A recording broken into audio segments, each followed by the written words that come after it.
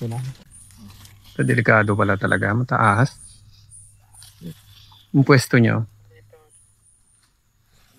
Kahit trasyapin mo to, kakatayin ka dito. Ano ba kayo, sir?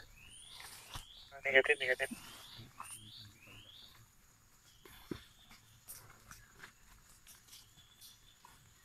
Nakapwesto sila dito. Ang taas.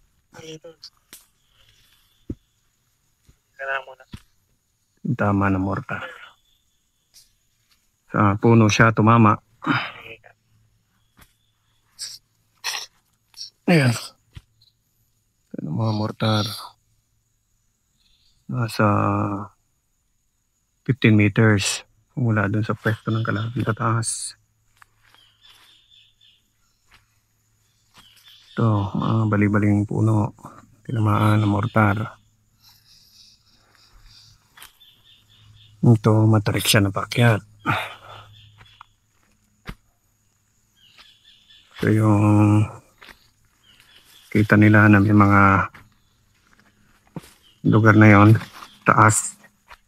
Nakita nila na merong IR infrared. Ayan, pumesto doon sa pwesto ng nakaupo na sundalo. Nakover sila. Ayan, taas. Oo, nasa 40 ang estimate. Pumesto dito. Tatag hanggang taas.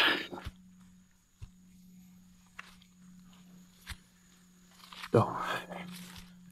So, then, yan.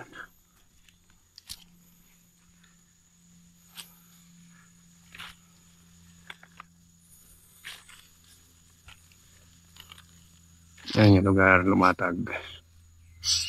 Okay.